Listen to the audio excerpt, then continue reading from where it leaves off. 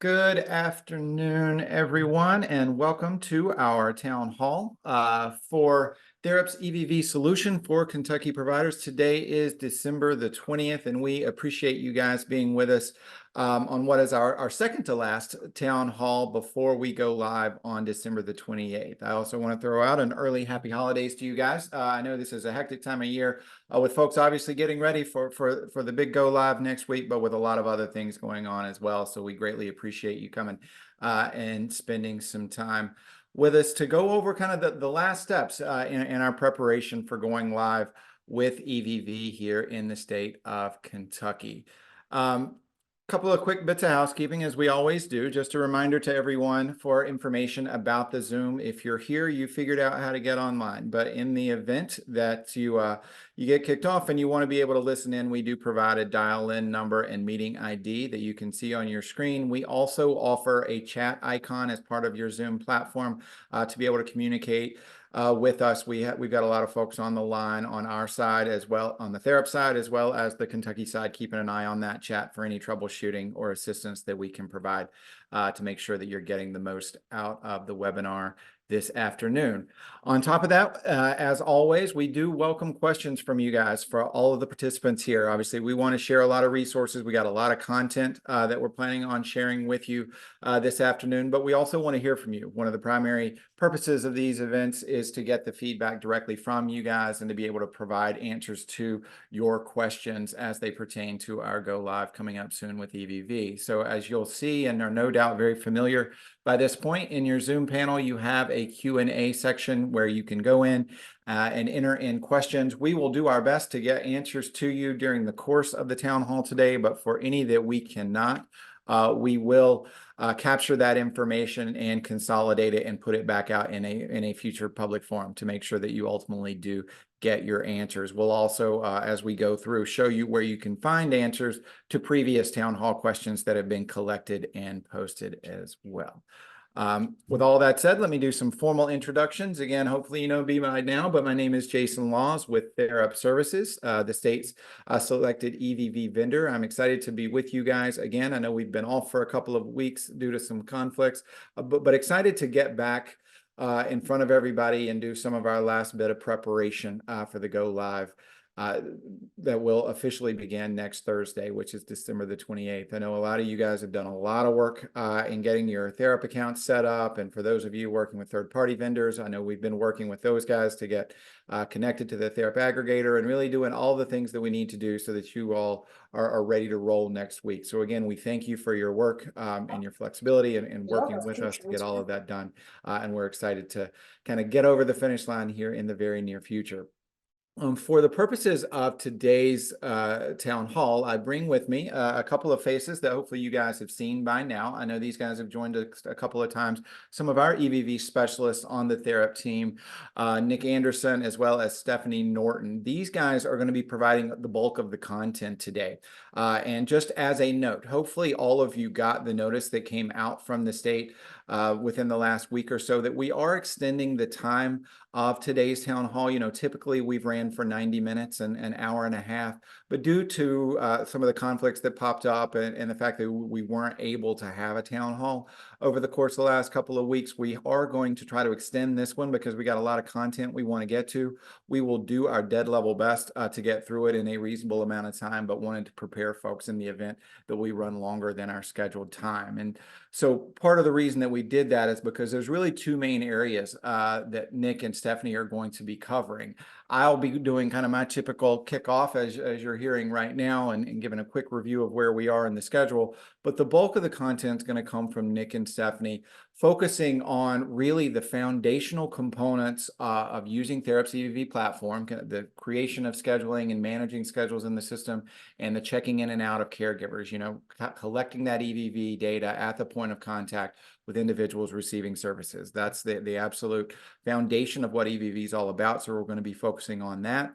And then Stephanie is going to kind of interweave along the way with Nick information about going live. You know, what happens next Thursday morning when you guys start collecting EVV? What do you need to be able to do? And perhaps most importantly, if you have questions, if something's not working quite the way you thought it was going to, how do you access resources? Where what are the answers to the questions that you need. She's going to be going over that kind of along with Nick as part of this process so that you guys will feel ready to go when the time comes next week. Just as a heads up, and I'll mention this again at the end of today's town hall, we are going to do another town hall next week. We do realize that given that it's next Wednesday is 2 days after Christmas, we understand some of you might not be as able to attend, which is why we want to go over as much content as we can today. But we are going to be repeating some of this content next week as well, specifically a lot of the information about Go Live. So we hope if you're able that you'll join us for that as well to get in some of that last minute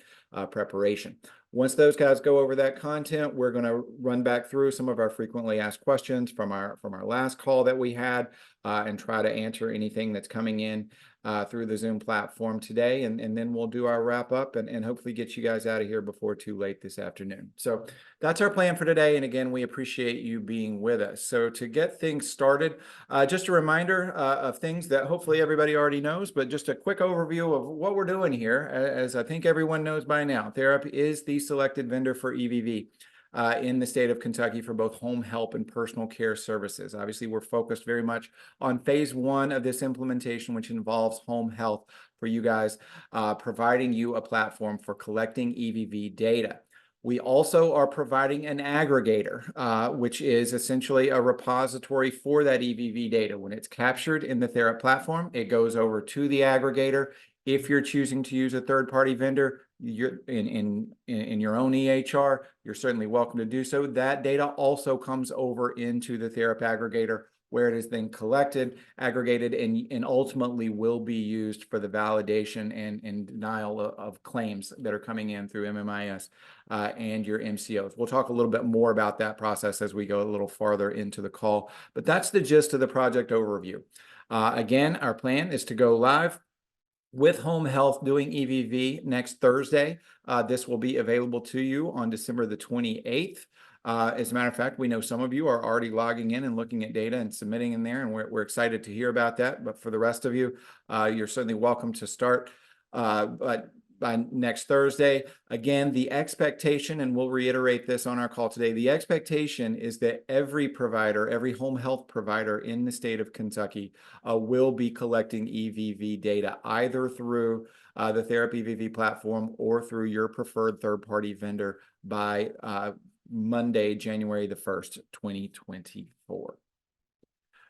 So here's kind of our winding timeline that we've been making our way through this fall. We've obviously gone through the overwhelming majority of these steps now and kind of find ourselves a little over a week out from the go live date. We've got a lot of these town halls, as everyone knows, we focused on a lot of different areas that seemed pertinent to the particular part of the process that we were going through at that time.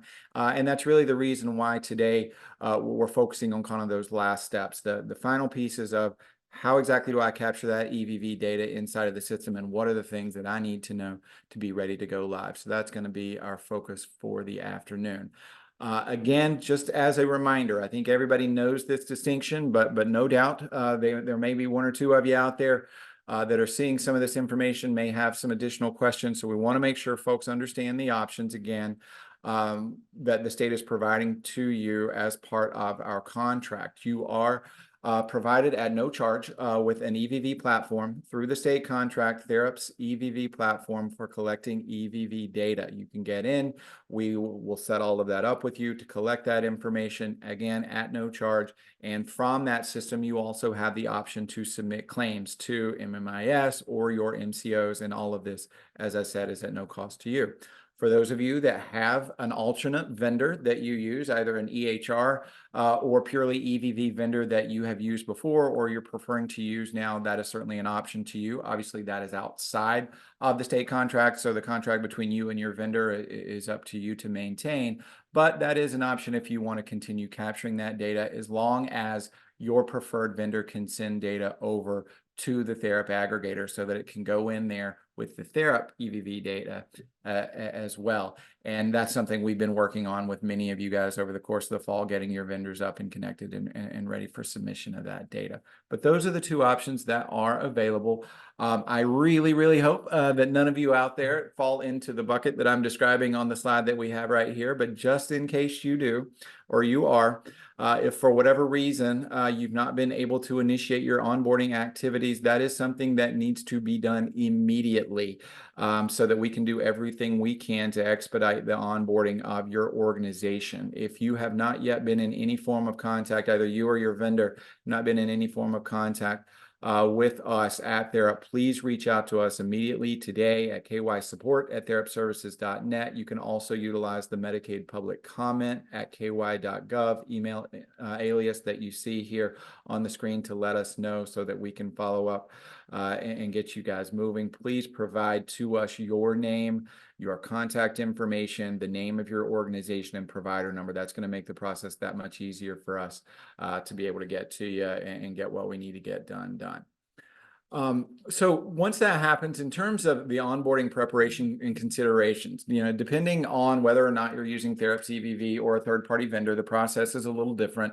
If you're using our system, we work with you on getting your account set up, getting it configured and prepared for the collection of EVV data. So it's getting the individuals you provide services to, all of your staff into the system, all of your services, service authorizations, program sites, all of that information in the system in preparation for collecting EVV data. We also do some configuration with you to make sure that your account is set up to reflect the actual services you provide, getting your service directory lined up, and all of those descriptions and authorizations associated with particular folks you serve.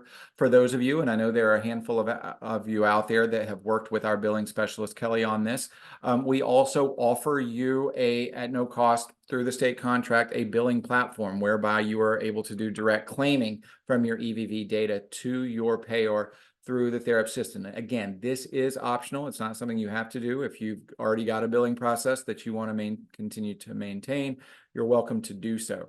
But for those of you that want to bill directly through the system, you're certainly welcome to, and we've got specialists that will help make sure that gets set up for you. For those of you on the third-party side, you're using your own vendors. Again, all of you have gone through the majority of this process already with the sign-off of different agreements. We provided to you your aggregator specs and gone through the testing process. I know several of your vendors are kind of right at the finish line and getting that process completed.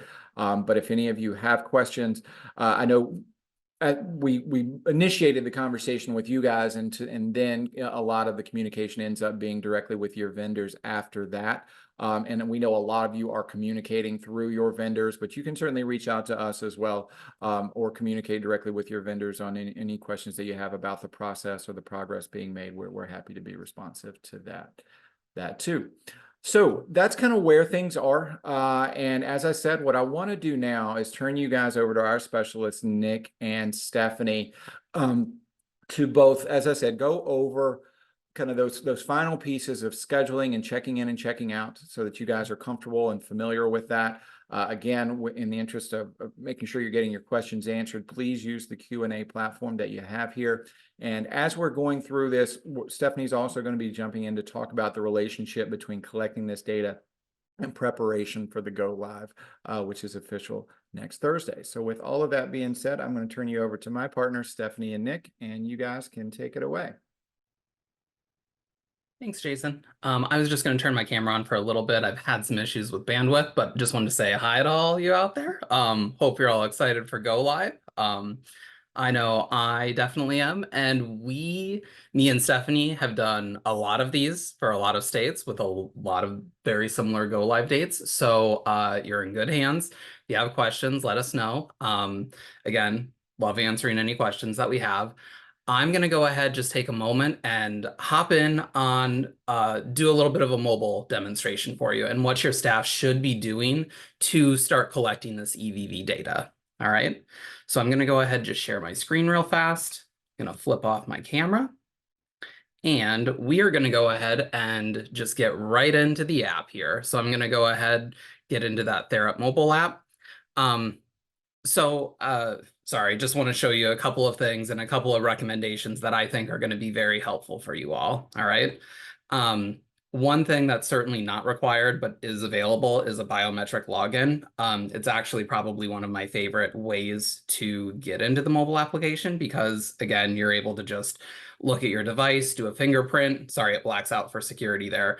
And then your staff are able to just hop into this system. All right. So even though I am of the generation that has like tiny keyboards, I hate putting in my password. And actually, it's a way to kind of streamline to get your people into the system and start collecting data.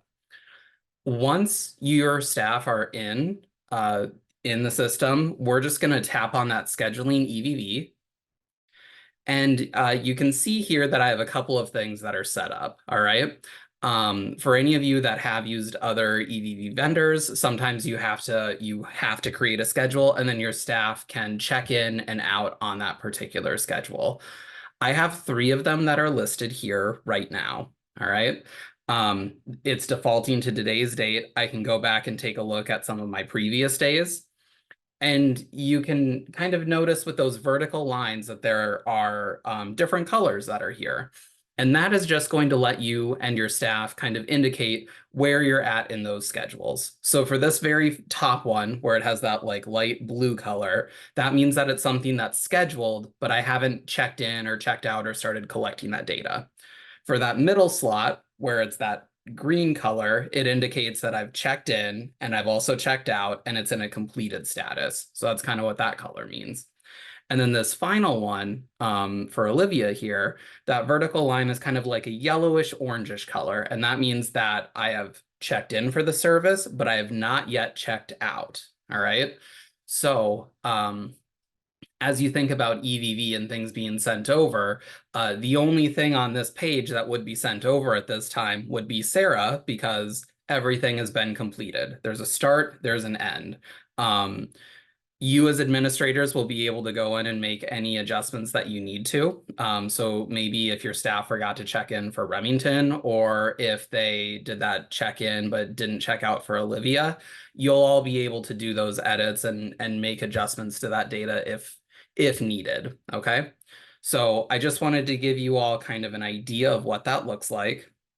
I'm gonna hop right back to today, all right? And there's multiple ways to check in and check out and start gathering this EVV data, all right? You can do it by having them check into scheduled services, but honestly, my favorite way of having people collect EVV data, and I think the way that's going to make the most amount of sense for the majority of people, is going to be doing a self-check-in. So what a self-check-in allows your staff to do is it allows them to create their own schedule and check in for a service at the same time. All right. So instead of clicking on one of these schedules that I have made here, I'm going to hit that self check-in. And then your staff are going to be able to select whatever individual they'd like to work with. And I'm sorry, I'm actually just going to select a different one. I think we'll do Sarah. And then they'll be able to select whatever program that individual's in, as well as whatever service they need to check in for. So I'm just going to be doing that attendant care with Sarah. I can hit next. That's going to pull my location. So here I am in the middle of South Dakota, right? I can go ahead and hit that checkbox, and it has created a slot for me for Sarah. Okay. Again, you can see with that vertical line that I've checked in, but I've not checked out. So what your staff would need to do at this point is they can actually log out of the mobile app, start providing services, and then when they're ready to check out, they'll be able to go back into the mobile app and check out on that slot. All right. And then a couple of other things that I do want to talk about or to let you all know of, okay? I purposely had done Sarah here because you can see that I have one that was scheduled for 12 o'clock, all right?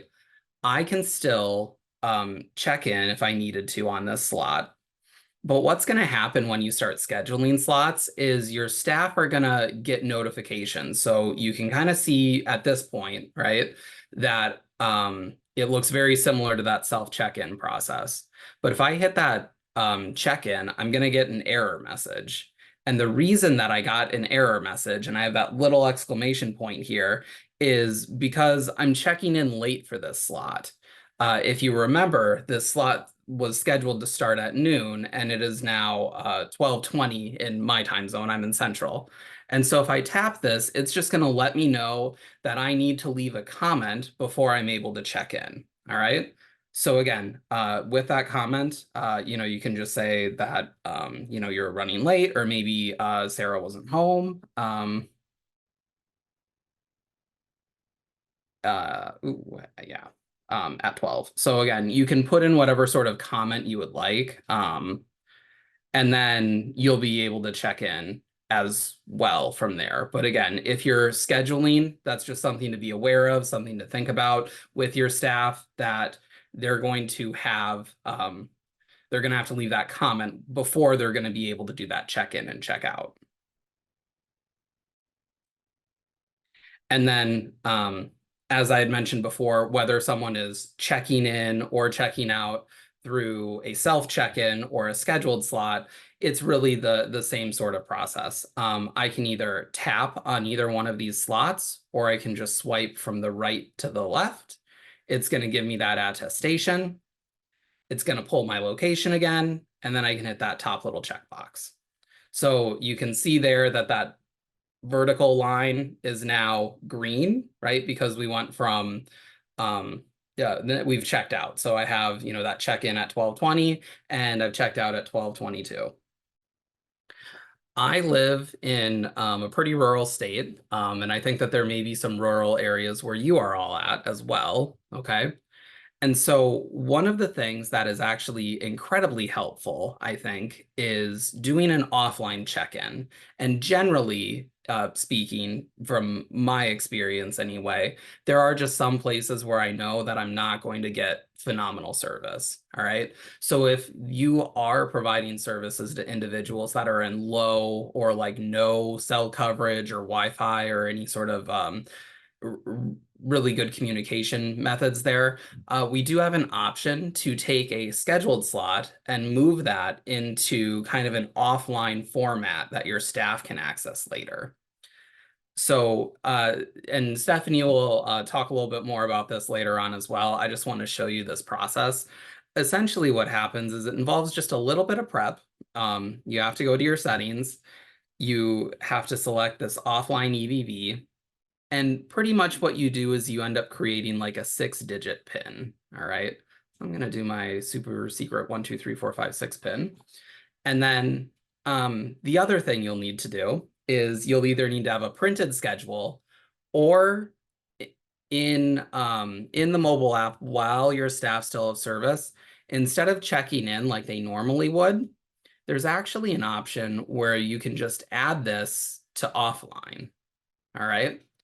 So if I do that when I have service, it's going to move that slot until an offline status for me. So if I do that while I have service, I log out, I'm now at the person's home. I have no cell service, no EVV, or no Wi-Fi. I can click kind of between that login button and that little smiley face that we have here. There's an option to switch to an offline login. And you use your same login name, you use that same provider code, and instead of using your password, you're going to put in that PIN that you've created. And on here, this is going to show me those offline slots that I had moved. I'd already moved a 9 a.m. one over, and I have a 5 a.m. or 5 p.m. one that's coming up. Again, there's no PHI that's associated with this because it's outside of Therap. So again, there is just those identifying codes up there. You can see those like 8-digit long numbers. Those are tied to specific slots that have been created. And then again, check in and check out works very similar here. I can select whichever one of these I want to check in for. I can hit that check in. Even though I don't have service, it's still going to collect the date, the time, the location, all those things that are required. So I'll hit that check in, and it is going to let me know that I've checked in for that service. And again, same sort of thing that you would do with a regular mobile app. Once they've collected the service, they can close it down. They can go provide whatever service. When they go to check out, they're going to do that same process. They're going to sign in. They'll select this slot. I'll get that attestation, and I'm just going to check out for it. So you can see that I've completed a slot there. What's going to happen is, so like I said, those offline slots kind of exist in kind of a separate part of the mobile app. When I get back to a place that has service, I'll be able to log in and it's going to prompt me and say, hey, you have some offline slots. Do you want to get those uploaded? And I'll go ahead and confirm that. So I'm going to go ahead and do my biometric authentication. We'll get signed in here. And then it's going to jump out at me pretty much right away and say, hey, you have offline slots. Let's get those uploaded. So I'm going to choose to upload them. It can take up to 30 minutes for you as administrators to be able to see that. I'm going to be wrapping up the mobile app here in just a minute because, like I said, we do have a lot of stuff and I want to make sure we can get through things as quickly as we can. For administrators, one of the features that you have that may be really helpful, especially when you start going live or since it's a new system, is you do have the ability to do a password reset from here. All right, so you can select that password reset. You'll have a list of your staff, and then you'll be able to go in and actually just put in whatever you want that new password to be and to confirm it. So again, if you're getting calls on the weekend or something, or you're just not at your desk, you can still reset passwords for your staff from the mobile application. If there are no questions, I haven't seen any yet on the mobile app, I'm actually just gonna wrap this up. So I'll stop sharing my screen here. And then I am going to share the screen on the web application. Okay, so you should all be able to see my web application. I'll kind of bump this up maybe just a little bit so you guys can see it better. And again, if you have questions at any time, please let me know. For the web application, there are a couple of other things that I want to show you for data collection methods, all right? The very first one is your staff do have the ability to do a check-in and a check-out from the web application. And the way that they're able to do that is usually as you click on these tabs, you'll notice this middle panel changes here, right? So we can see kind of all these things that are being moved around. But over on the right-hand side, you can see that there is like a pretty stable panel over here. And there's a section that just has this schedule, all right?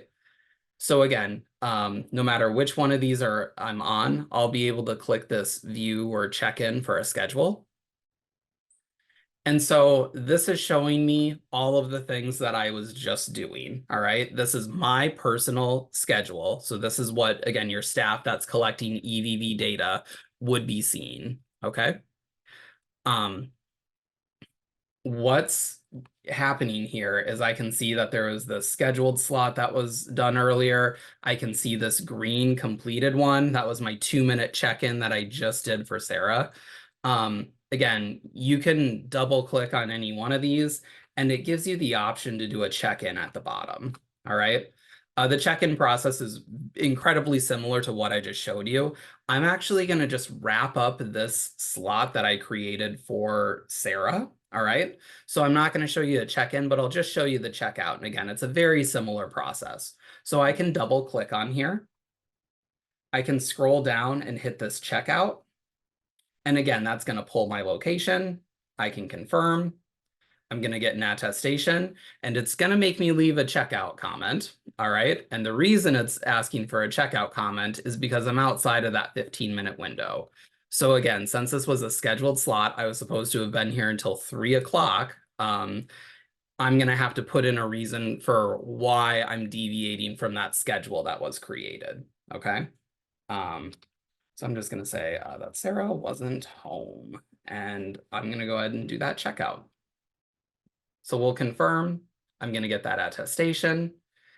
And again, I showed it to you a little bit earlier, and you can see that there's kind of that legend up here in the left-hand corner where, those blue ones are approved, that yellow was incomplete, and then those green ones are completed. All right. This one is green and there's no border around it. This one does have a border, and that red border, a lot of times people get really alarmed by that, and there's really nothing to be alarmed by. It's just something to kind of double check, right? This was supposed to have lasted from 12 to 3. If I click on there, I can see the schedule up at the top, but when I go down, I can see that it was only 8 minutes, right?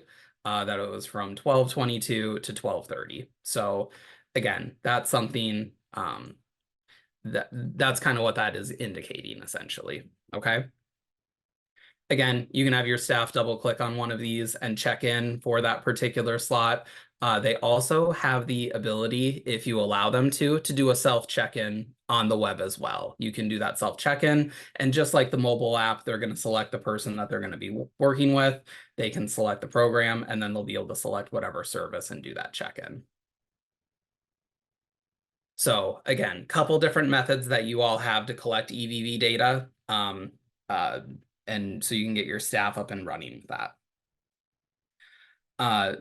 A couple things that I do want to bring up. There is an IVR option, and I'll show you how your staff can do a little bit of configuration with that.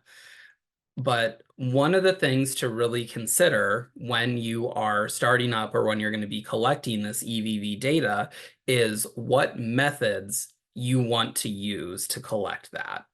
And there are some methods that you as administrators don't have to do anything with. And that's really those self-check-in services that I was talking about. That self-check-in that they can do from the web or from the mobile app. However, if you choose to, you can disable that self-check-in, and then your staff will need to have a schedule that they are to check in and check out for. All right. Some of those other data collection methods that I had mentioned before, like that IVR or that offline, require that there's a schedule that's being created. And so I want to take just a moment right now and show you all how to do some of that schedule creation if that's something that you're interested in. All right. And well, real quickly, so you're able to do scheduling in a couple of different ways. One is from the individual tab, and you'll only be able to make schedules from your caseload, or you can do it from an agency perspective. So on that agency tab, you'll have access to the scheduling section as well if you have the correct administrative privileges. So how I'm going to do this is I'm actually just going to do a create edit here. It's going to ask me what program I want to focus on. All right. And you can do multiples if you want to, or you can actually totally skip the program. It's entirely up to you. I'm going to just focus on this attendant care program. If I don't select any program, when I hit next, it's just going to show me all of the individuals that are in my account that I could potentially create schedules for. All right. I'm selecting that attendant care. It's filtering it down to just these 5 people. And I'm just going to work with all of them. Next, this is going to have me select my staff. And again, my kind of tip with this is if you skip your staff, you're going to be able to select anyone out of there, right? So I'm a big fan of skipping the staff at the end. All right. So now this is showing me what I have going on for EVV check-ins for today. All right. This is just Wednesday, December 20th. I can change my view. I can look at, again, this is having me look at my individuals. I can take a look at as far as a week goes. So you can see that I have kind of a week that's all structured here. My days are up here, and then the times that people should be checking in and checking out are listed there. I really am a fan of this month view though. All right. This I think is kind of the easiest way and how I prefer to do it. So I can take a look at this. It shows me that whole month, and I can see those check-in and check-outs pretty easily at a glance. All right. So What I want to show you is to create one of these schedules, for instance. You can really just double click. There's a couple of ways you can do that. You can just select a new slot and select it here. I usually prefer to like go to the day that I'm working on. And again, you can select whatever person this is for. So if I want this to be for Samantha, and I want this slot to be from 10 to 2, there's a couple of things I can do. I can double click and it's going to default me to whatever your preference is for your default time. So this is 10 a.m. and I can switch this to 2. Same, very similar situation to when we were doing that self check-in, right? You select your program, you select your service, and you're going to have to put in what staff you want to work with or have them provide the service for. Once I have that program, service, and staff entered in, I can just go to approve, and that's it. That's all I need to do for creating a schedule. If you have people that are very consistent with their services, or maybe you always provide services at a particular time, one of the things that I think is really helpful is being able to create a schedule and then copying it. All right.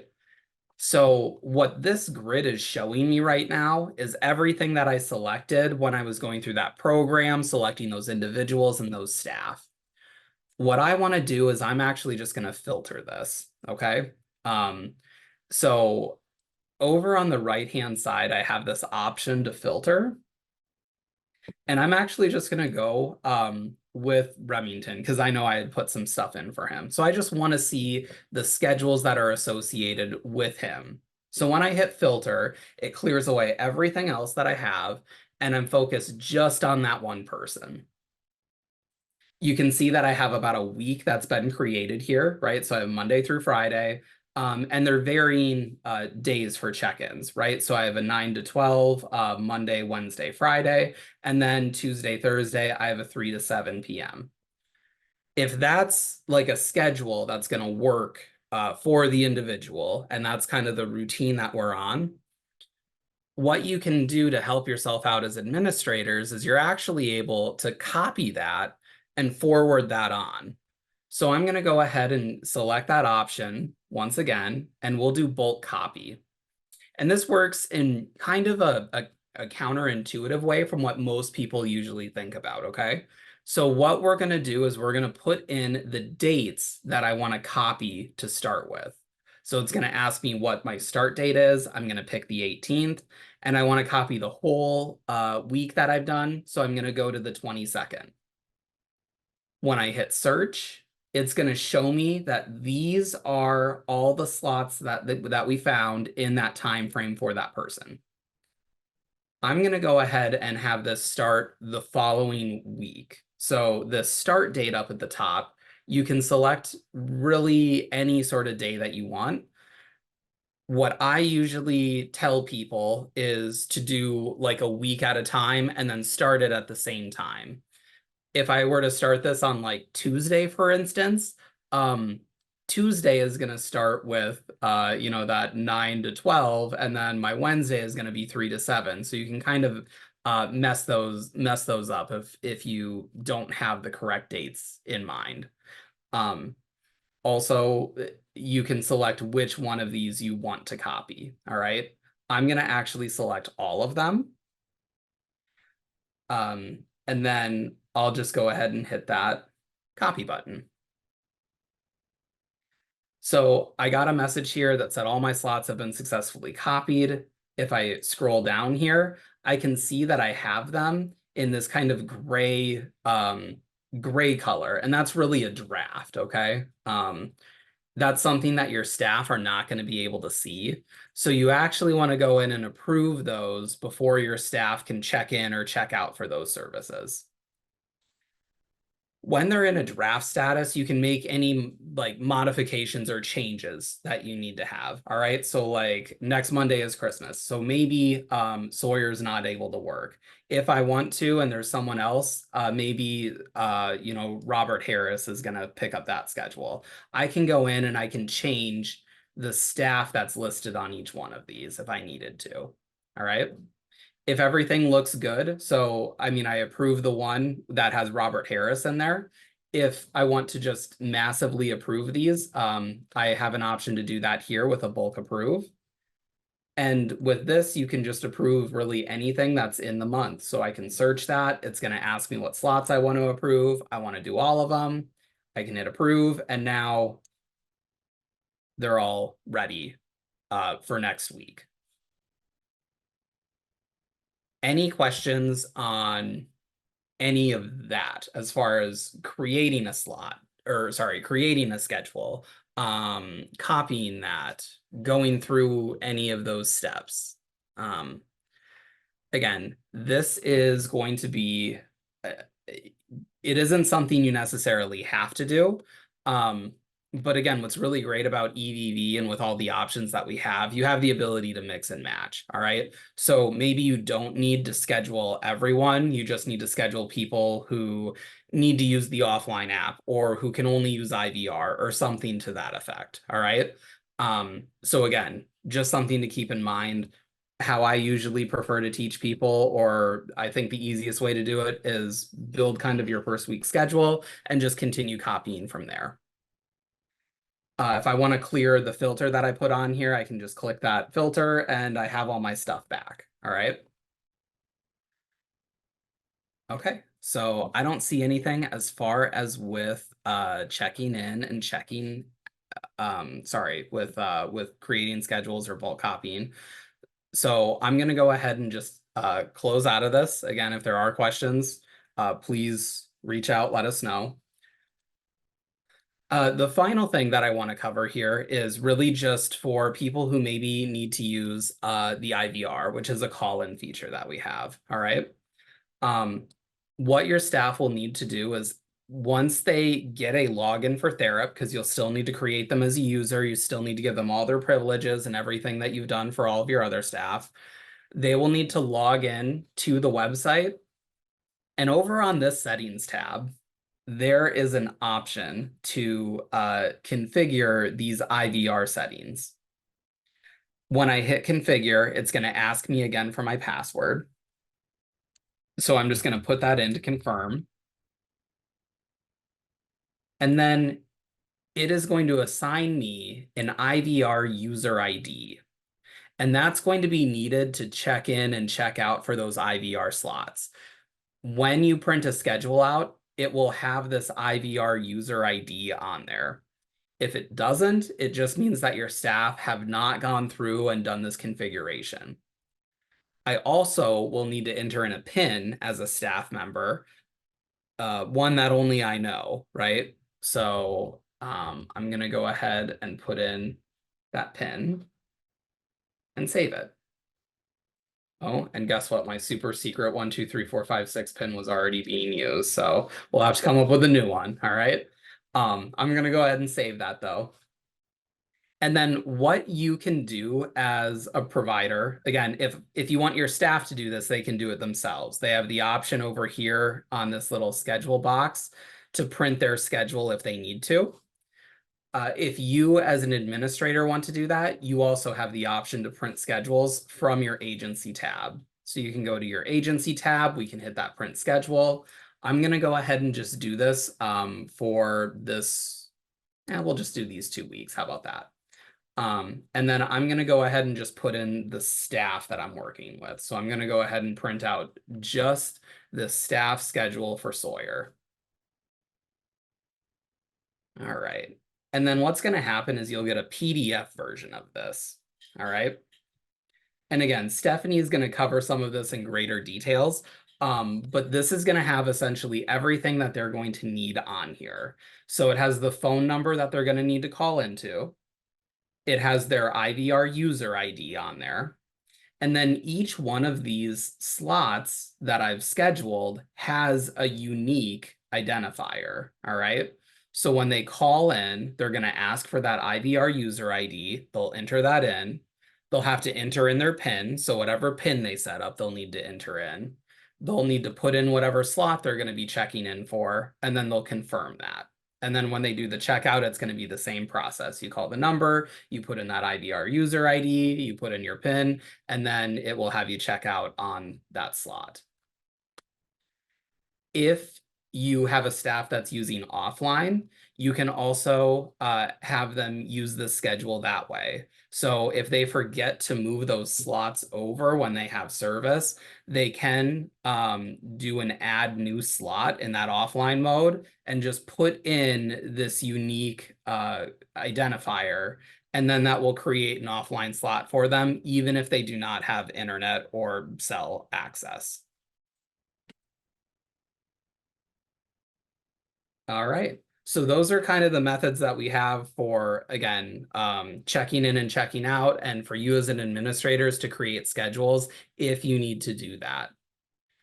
That is, I believe, everything that I have for you right now. So I think I'm going to turn it over to Stephanie. And as always, if you have questions, please feel free to put them in the chat. Thank you. Thank you so much, Nick. If I'm going to go ahead and share my screen and continue into our presentation. So Nick was showing you the primary methods for collecting the data, and a lot of those were optional pieces. The scheduling that he showed you, you would only have to do that if you have someone who needs to use that IVR call-in option or who needs to use that offline app. If you are confident that the service providers are going to have the technology in place, that smartphone or tablet, and they're going to have the connectivity, either cell service or Wi-Fi, you don't have to worry about that scheduling in advance unless that's something that you would like to use.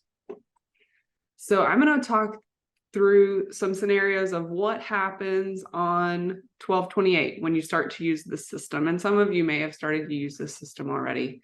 I just wanted to pop on video to say hello, but I'm going to stop for the rest of the presentation.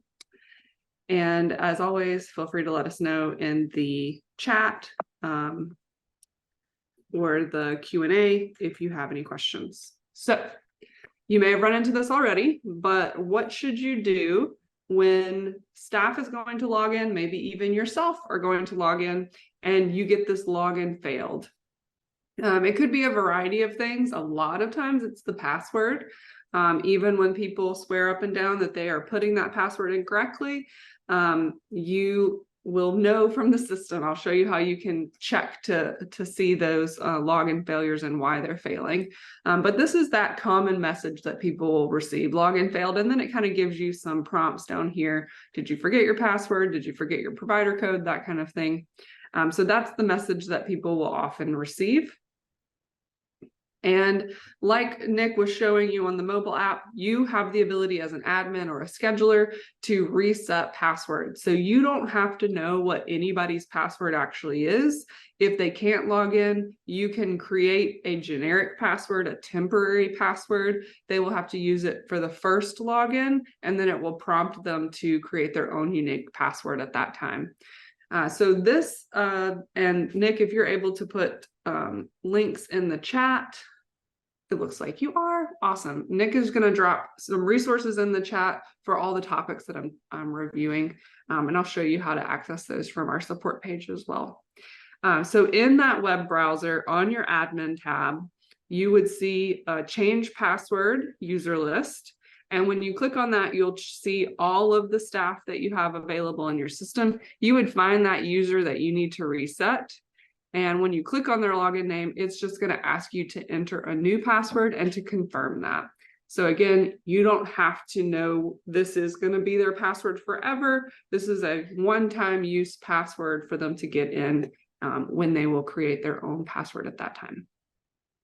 So if you're at your computer, you can do this reset really easily. You can also do it from the mobile application like Nick showed us a moment ago. So if you don't want to be the only person at your agency who has the ability to set up passwords or reset passwords, I'm going to hop over here to our demo account, and I want to show you, this is something that you could do in advance of our go live.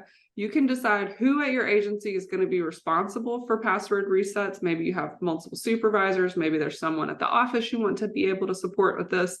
If you want to give someone that access to reset passwords, it would be in the user privileges. So I'm going to click on user privileges, manage. And then I'm going to go find that staff person that I want to use. And down here under the administrative roles, this is kind of above and beyond access. Not everybody gets these roles. If you want this user to be able to reset other passwords for staff, other staff's passwords, you can enable by checking that box and then saving. So that would give them the ability either in the web or in the mobile app to do those password resets. And Nick dropped in the chat some resources there on both of those steps. So web browser if you're at the office, mobile app if you're on the go. The most ideal scenario would be to have your staff use self-password reset. This really puts it in their court. They're responsible for doing this on their own. So for those of you who may have therapists that you're contracting with, this is a great way to give them that control if they need a password reset. It does require some setup steps from your side in advance. So on your admin tab under the user section, you'll see self-password reset, and you would see your list of staff. You would have the ability to decide who gets this. So you don't have to give it to everyone if you don't want to, but you would need to come in and click enable next to the users who you want to give this access. This allows the user to reset their own password from the web browser. Oops, let me go. And I'm going to walk you through those steps now. So it does require the user to log into the web browser in advance and go to their settings tab to do this self-password reset configure. Basically, they're putting in, where do I want to get a token sent to me when I forget my password? So what we recommend doing is an email address. So they could put that information there. There is an option to do an SMS, but that actually isn't just the phone number. It's your phone number at your provider. And we do have a guide that shows those, whether it's Verizon or whatever your carrier is, what is your SMS address? So most people end up using the email, but we do have that SMS option as well. So they would need to do this piece to configure it in advance. And if they do not know their password, they will see this forgot password option on the main screen. So you've enabled it, they've configured it in advance, so our system knows where to send that token. They keep getting that login failed screen. That's when they would do the forgot password, and it's going to ask them to put in their login name, their provider code, which remember that is in all capitals and ends in -KY. And then they're going to either put in that email address or that SMS address that they configured. So if they haven't done any of that, it's not going to work. So they have to do that piece in advance. They will receive an email from TheraP to either that email address or that SMS address, and it will give them a token that's just some digits, some numbers. That token is good for 5 minutes. And that's what they would use to sign in as their temporary password. And then it'll ask them to reset it at that time.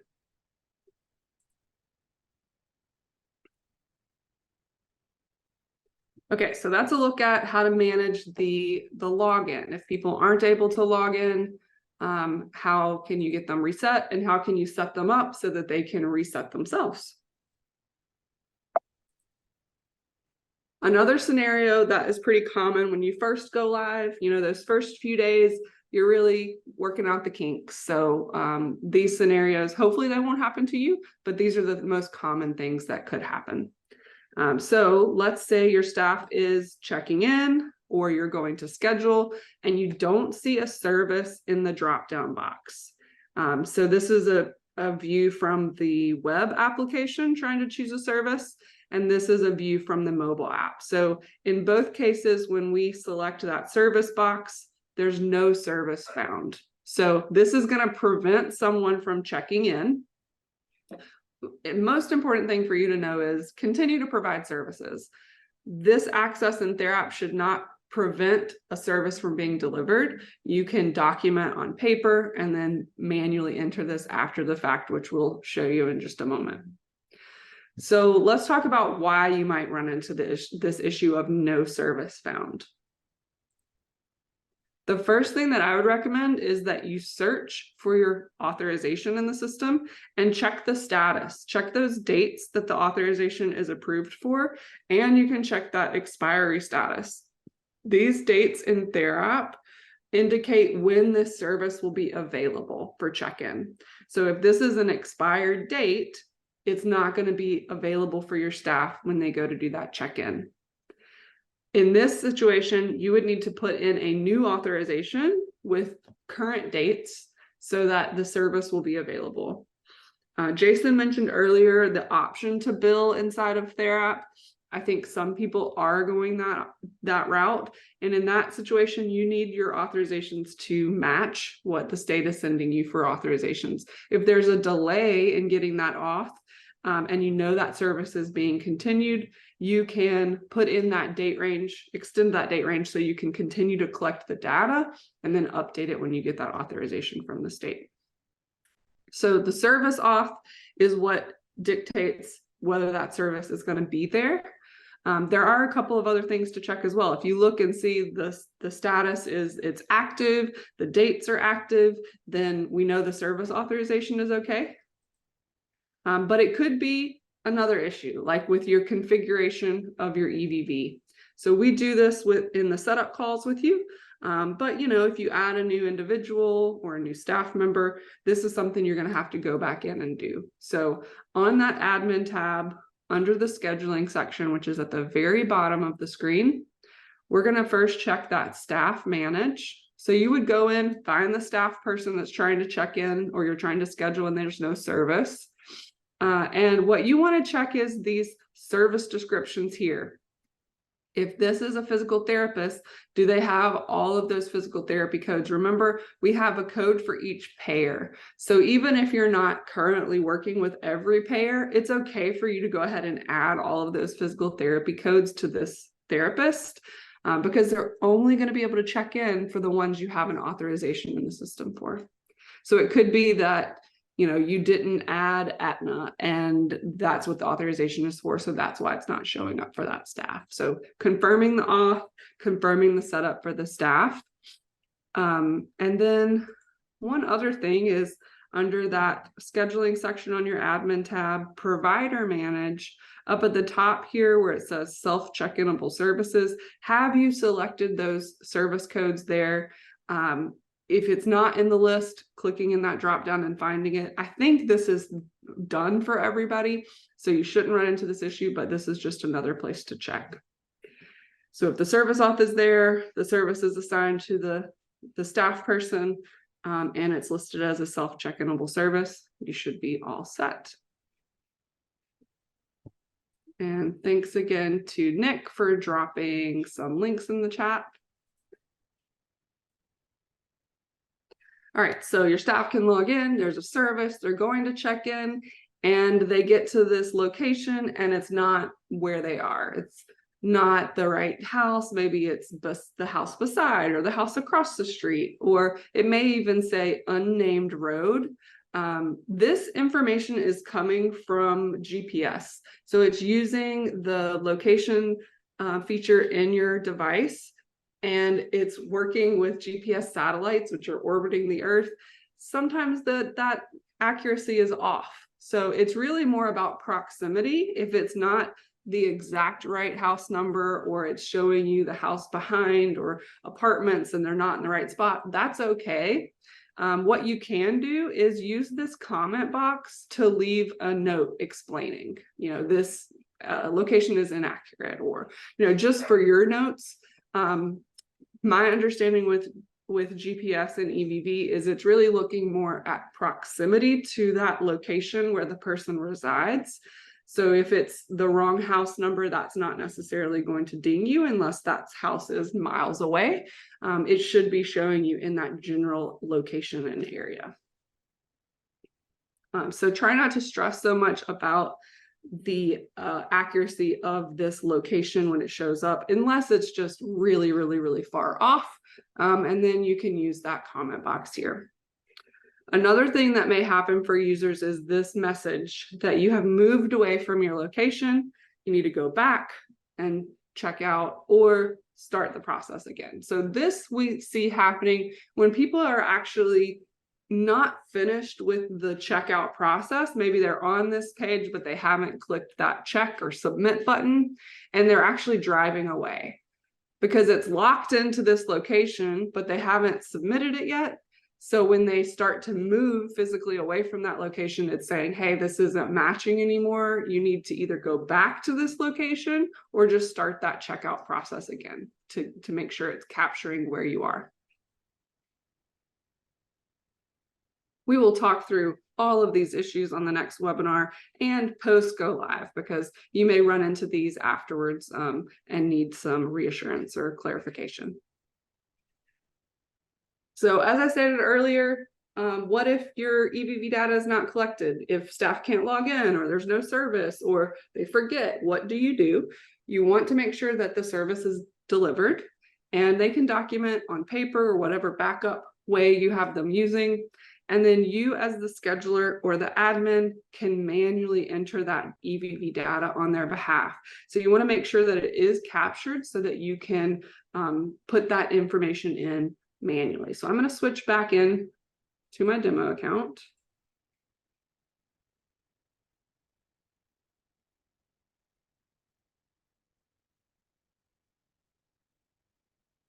This is that sign-up agreement. If you're not seeing this sign-up agreement in your system, it may just be that you haven't set it up yet.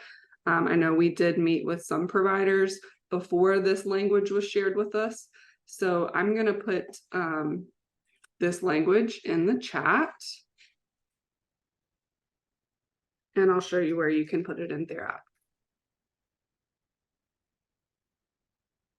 app. So the sign-up agreement does show up for every login, and if they click disagree, it just logs them out. So they will eventually have to agree to this message.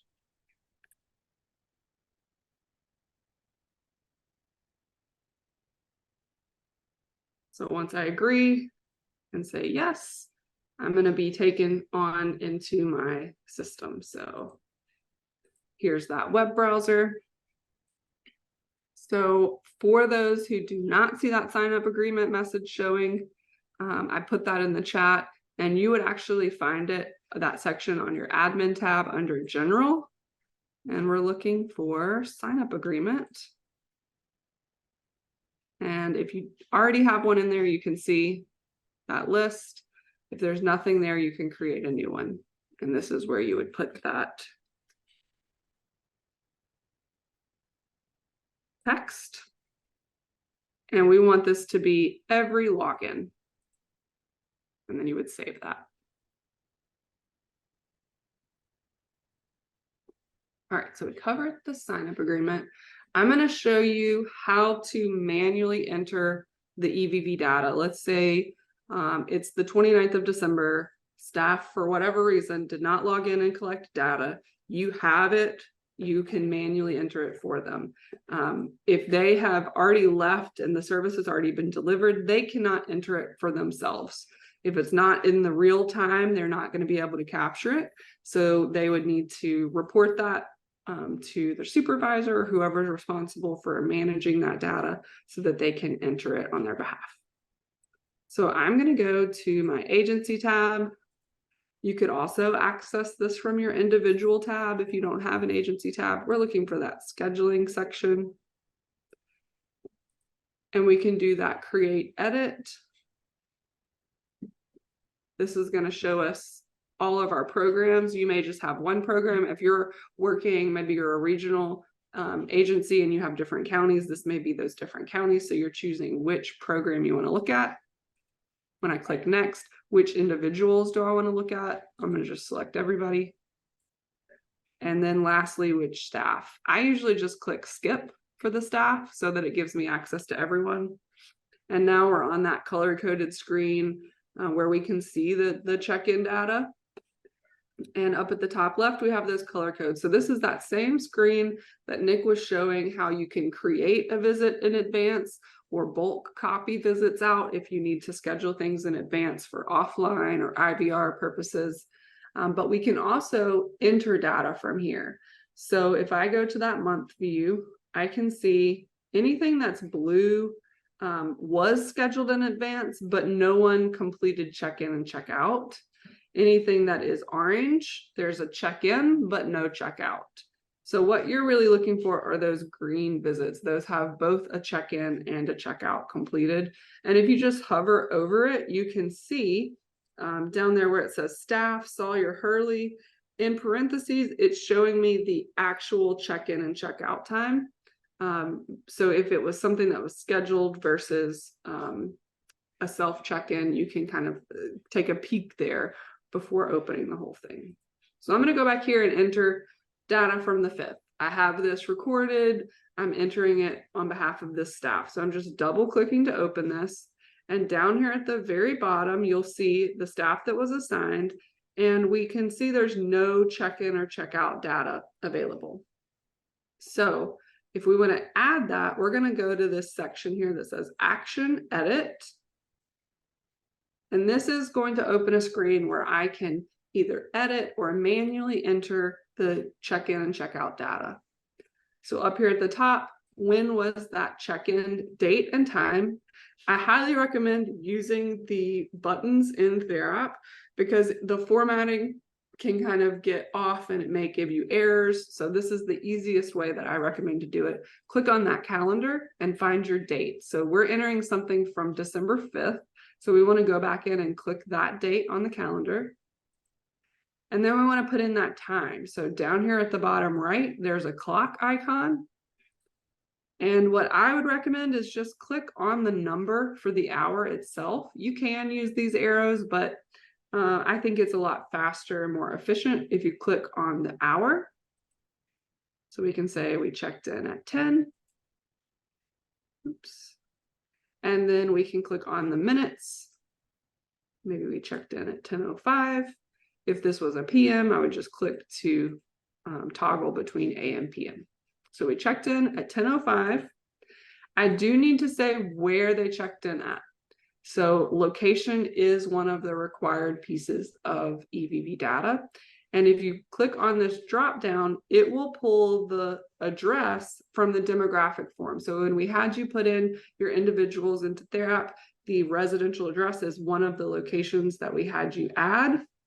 So if that is where the service was delivered, you can select that and it will auto-populate that address for you. So if this address is incorrect, you can update it on the demographic form.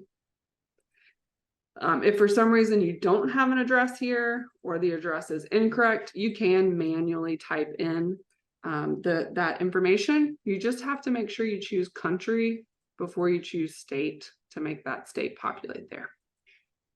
So I'm going to go ahead and use my residential address here.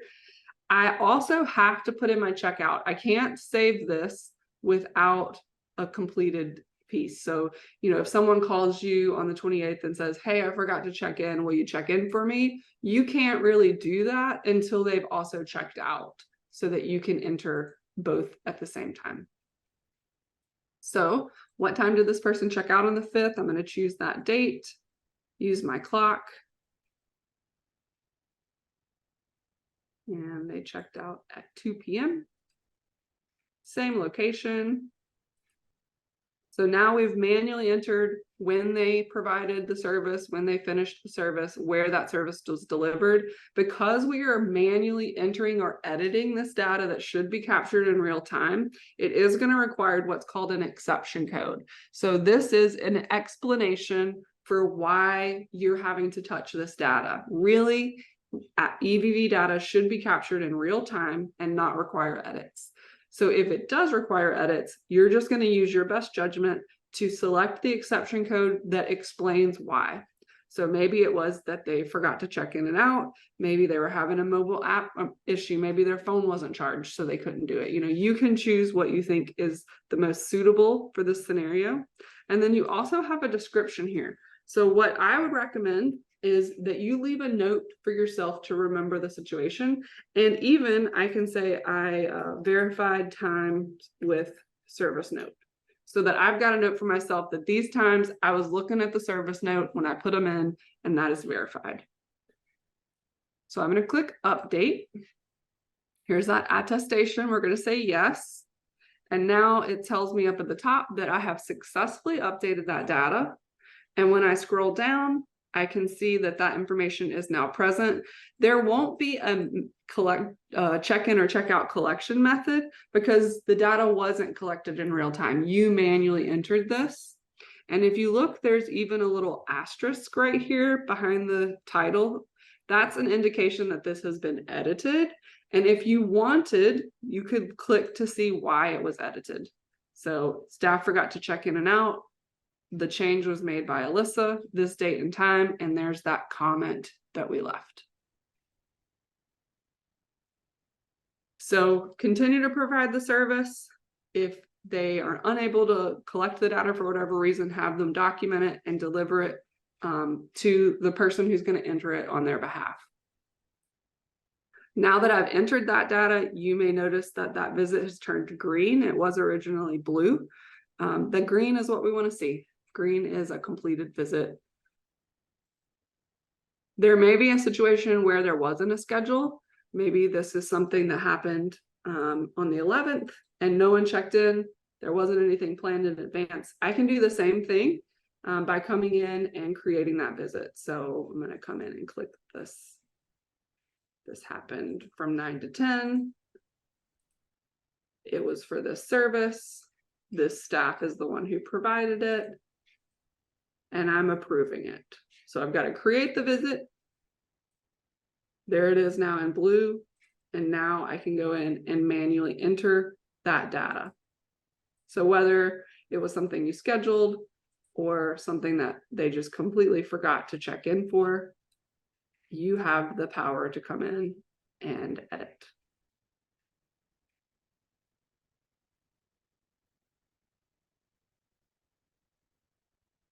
And again, choose that.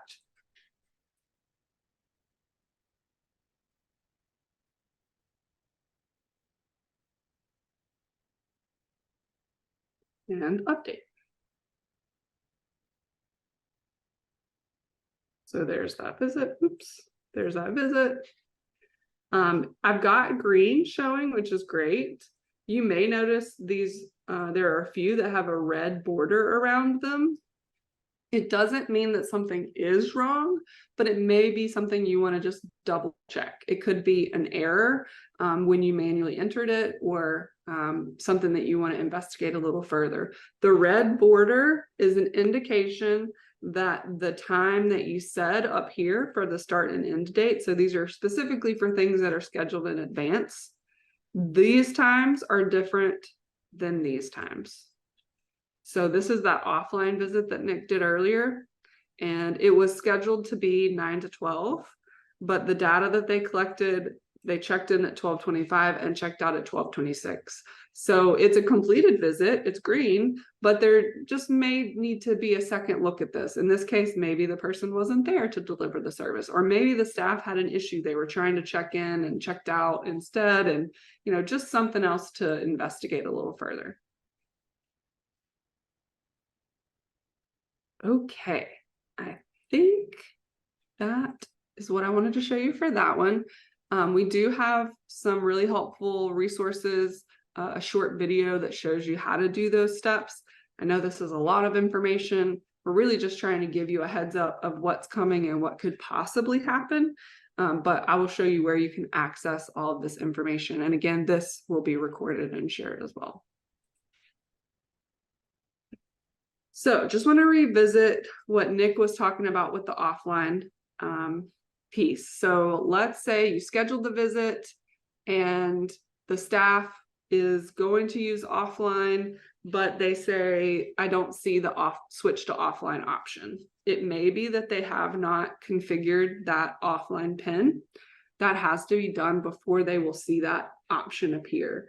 So they could log into their regular app on their app and go to settings and touch on that offline EVV and put in that 6-digit PIN.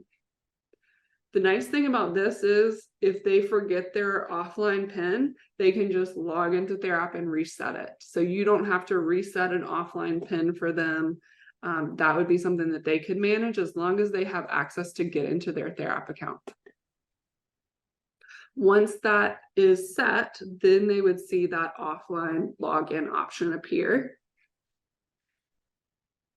And like Nick showed us, if the visit is available, it's scheduled in advance, they can swipe to do that add to offline. So if they know they're going into an area to provide services where they don't have cell service or Wi-Fi, they could do this in advance to say, okay, before I leave for the day, while I'm still on my connection, I'm just going to add these visits to offline in case I need to do an offline check-in.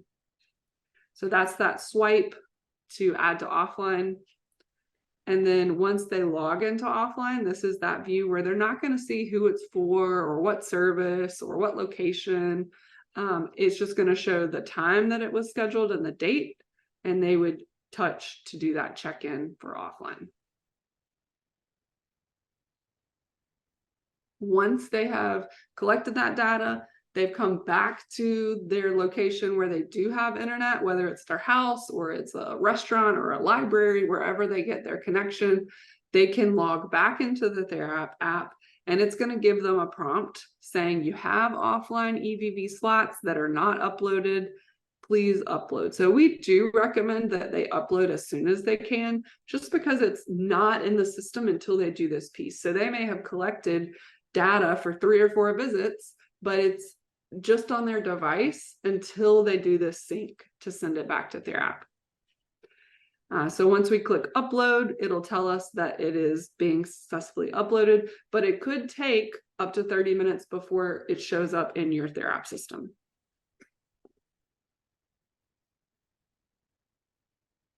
So if there's no internet connection or cell service, and they don't have that mobile app to be able to use, maybe they don't have the technology in place either, you do have that IVR or interactive voice response option.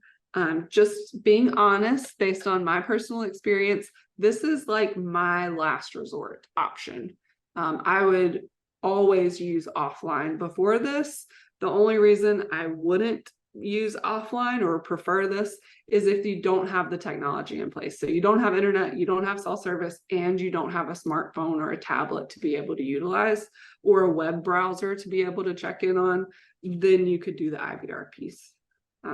So it is much older technology. You're really just calling in and putting in numbers to verify who you are and what visits you are providing.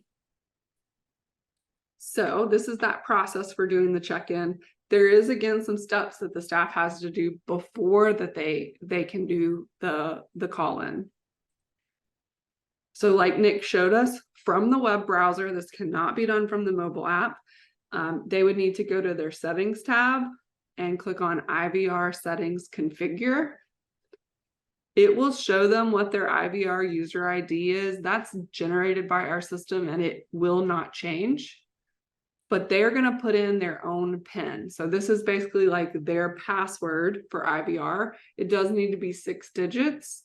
And again, if they forget what it is, they can log back into their account and reset it. So once they have configured this PIN, you can print that schedule like Nick was showing us. And on the schedule, when we do that, either the staff or user prints it themselves, or maybe you're printing it on their behalf. This is the information that's pertinent for IVR. So it will show the staff person we're talking about, and it will have their IVR user ID there on the schedule. If you go to print a schedule and you do not see the IVR user ID for that staff person, that is your indication that the staff has not configured their PIN. That ID will not show up until they have gone into their settings and configured their PIN. It's kind of a check for you to know, even if you printed this and gave it to them, they're not able to do it yet. They still need to do that PIN setup. But once that is done and they've got this printed schedule or a PDF to refer to, whatever they're using, This would show the number to call in. Once they call in for that number, it's going to ask them for their language and then put in their IVR user ID. So they could look back at that schedule and find it there. That is verifying that this is that user. Then it's going to ask them for their 6-digit PIN. So that's like their password for this system. So they would type in their PIN. Then it will ask them to enter their slot ID. So on the schedule, they would find which day, which time, which visit they're working, and they're going to enter those 8 digits. They don't have to put dashes in, just the digits. And then it will ask them to press 1 to confirm check-in. So they would do that, hang up, provide their service, do the same process for checkout. So this system does work. It's just a little bit slower, a little bit less accurate data because you're not getting a location here. All you're getting is a phone number. So phone number was another thing that we asked you to put on the demographic data so that you can kind of match up, is this staff calling from the number that's associated with this individual? Okay, we've gone through so much information. Stephanie, I apologize for interrupting you, but before we go to the support resources right here, there was a question that came into the chat, and I know all of our audience can't see it because it went to hosts and panelists, but it might be a question that others have. So I wanted to see if you could address it publicly. Oh, yeah. Nick typed in an answer, but specifically the question is if can all scheduled visits be added to offline so that users then have the option of checking online if it's available or offline if not, because they may not know that they won't have cellular service ahead of time. Is that an option, and what would be your recommendation? Yeah, absolutely. So what you will find, let me go back here, when they're adding these visits to offline, this is going to show when they're in the offline app, it will show all of those visits. So the only thing I will say is it may get a little overwhelming to see all of these visits if they're not going to be using them. When they do log into offline, they're going to have a lot there, and they're going to have to sort through the date and time to find the one they want to check in for. The other option that you could use, Kim, is to print that schedule, and instead of doing IVR, they can do add a new slot from the offline and use these same slot IDs to pull up that data. So they can either add it in advance and see, so it's there, or they can have this schedule printed, which you can print without any PHI on, and they would just refer to these codes. On the offline app, there is this button down here that says add new slot, and that's where they could type in that code. So if they hadn't added it while they were on connection, but they have their PDF scheduled to refer back to, they could add it that way as well.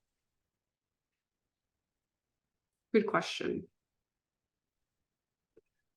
Happy to answer any other questions that might come up.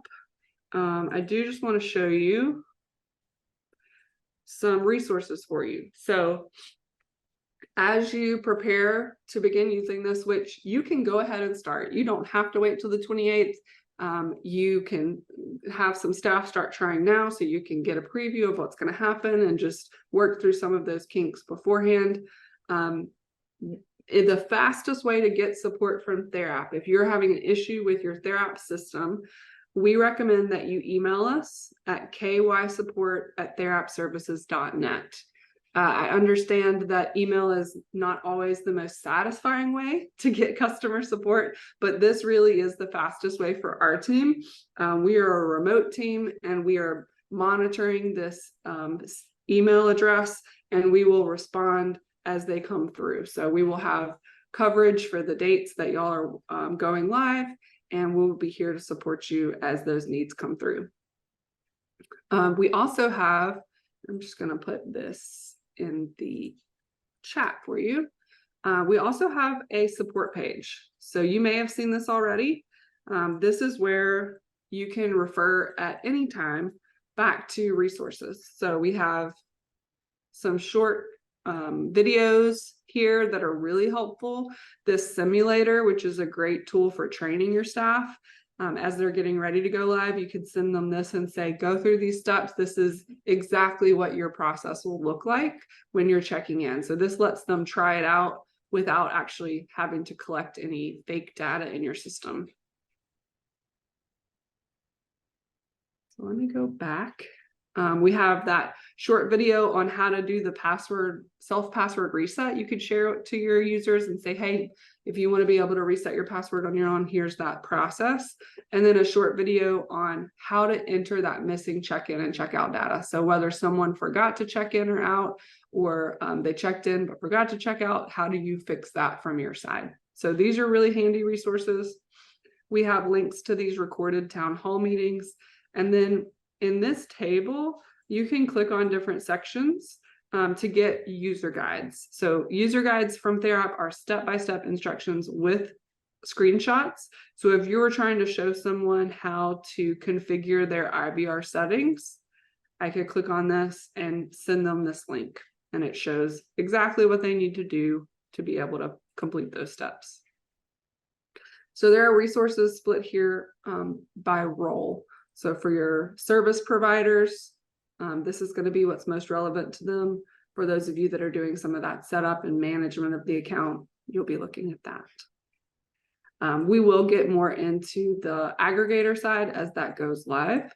But as you're collecting your EVV data, that is the core piece of this go live. The data is there, and once the aggregator is live, the data will be going over to the aggregator. So it's really important that you go ahead and start collecting the data so that it can be shared to the aggregator.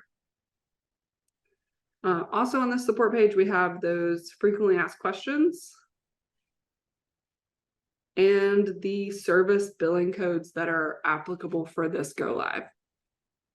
So this page will continue to be updated with the most relevant resources. So I recommend bookmarking it.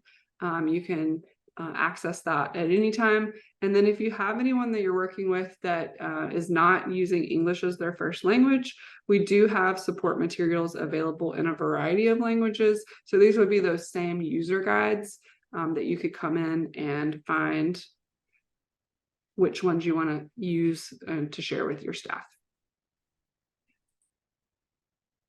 Okay, happy to answer any questions if there are any. Otherwise, I think I've gone through all of my scenarios, and hopefully you feel a little bit better prepared for what's going to be happening.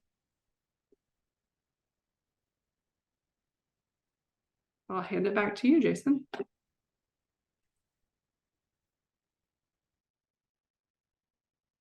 All right. Thank you so much, Stephanie and Nick, beforehand for all of that information. And for those of you guys out there, I know it's a great deal of information that's going on there. It's a lot of really good stuff to be able to look at and prepare for the go live next week.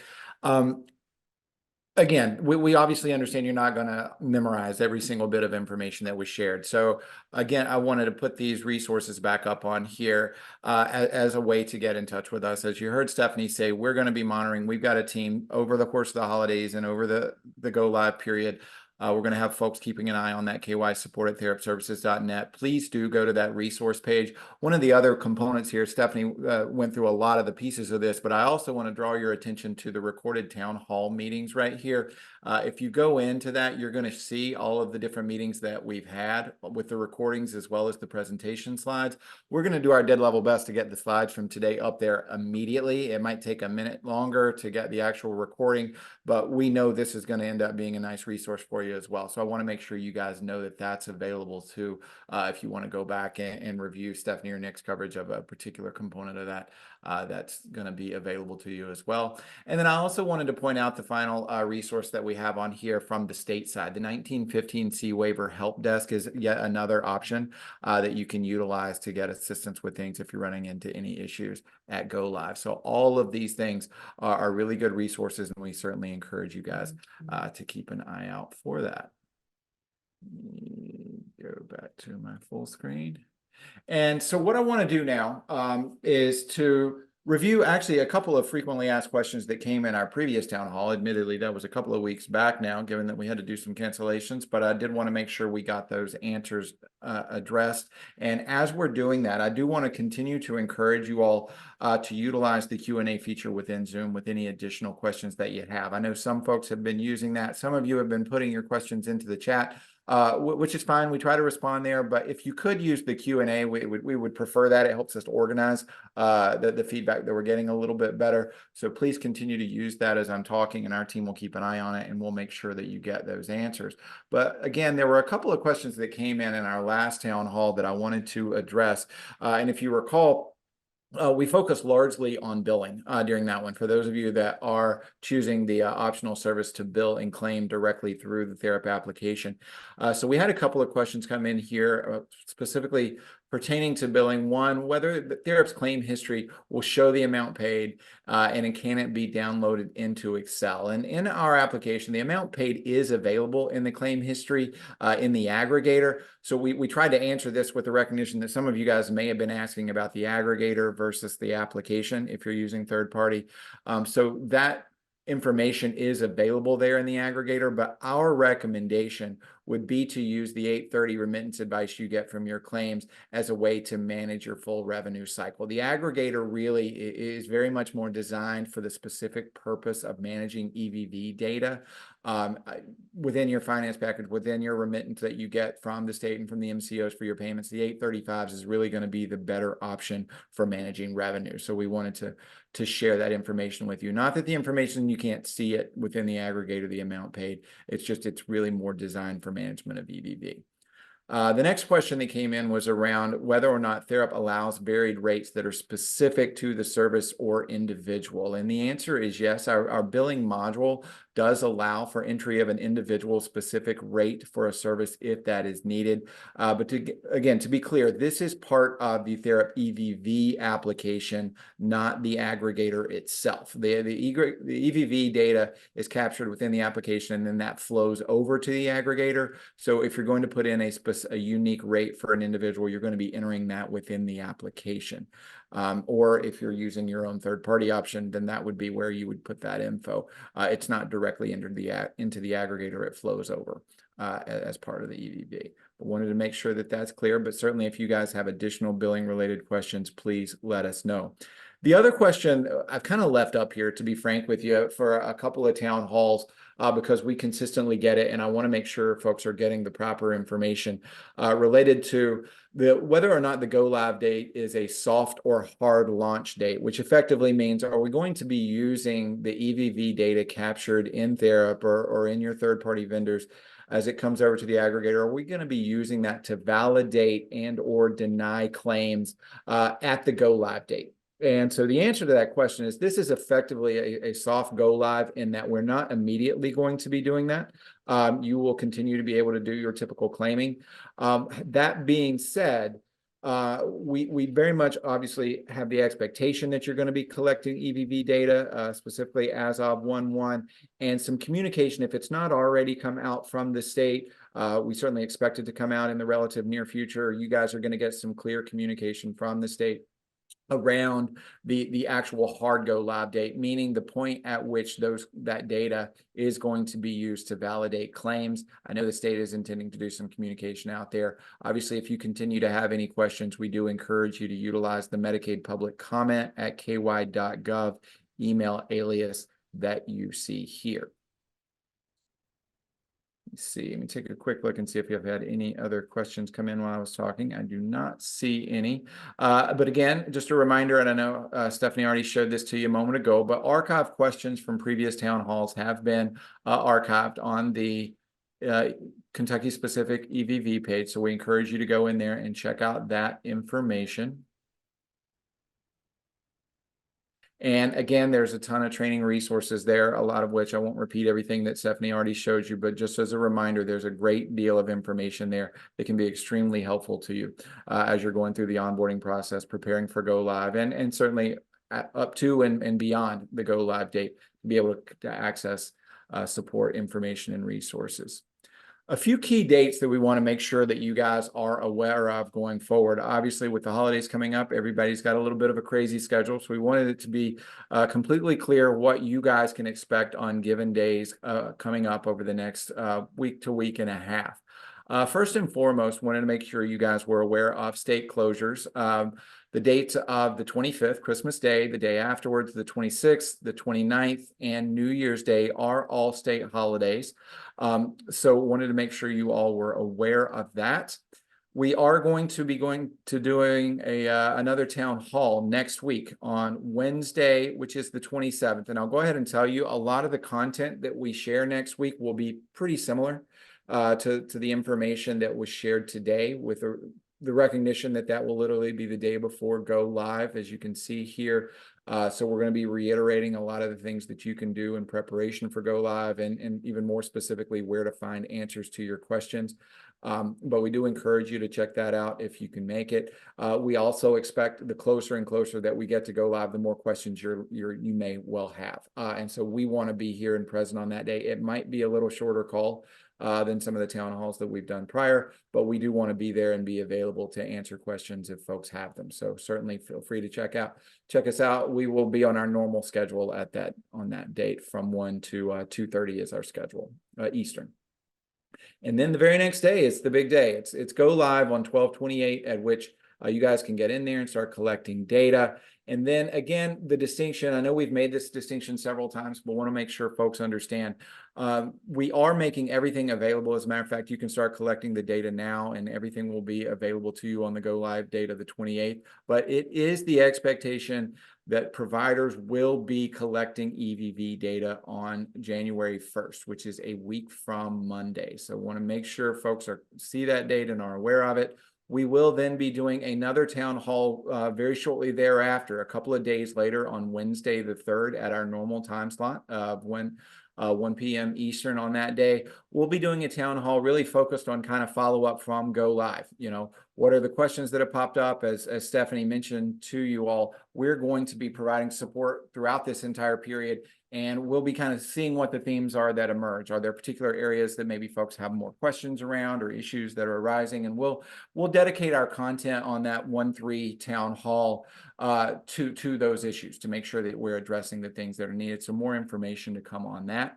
And then lastly, I wanted to make you aware of a touch base with the state, a post-go live touch base that's scheduled for January the 8th of 2024. It will be at 10 Eastern, 9 Central.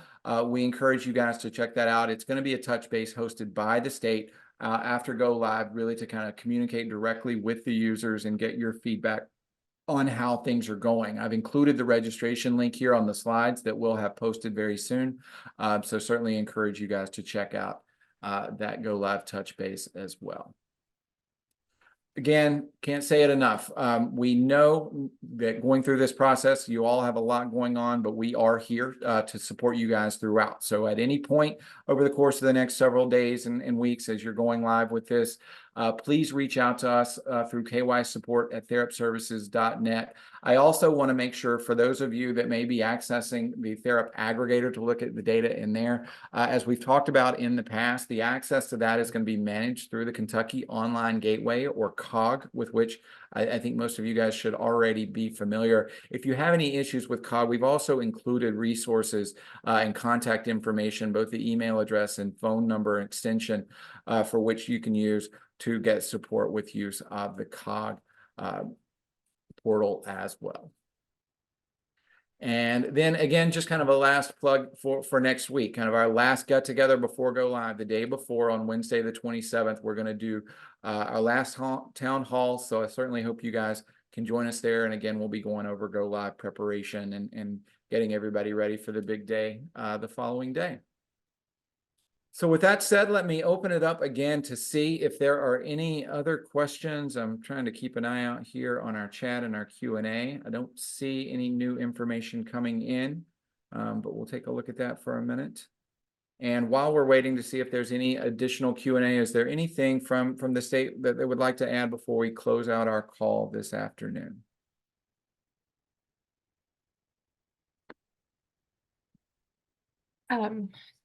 There is, I don't think anything. I think you've covered it pretty well. We just encourage folks to really take advantage of those town halls and other touch points that we have coming up, especially where we'll be closed for some of the days here next week, to make sure you get your questions answered. And of course, if you need any help from either therapy or the state, please reach out to us. Absolutely. Thank you, Kelly. And again, thank you guys so much. I don't see any questions coming in, so we won't keep you. We'll go ahead and close out this afternoon. But again, as we've all said, and we'll continue to say, please reach out to us if there is anything we can do to assist. You guys take care. Have a happy holiday, and we look forward to speaking with you again soon. Thanks, everyone.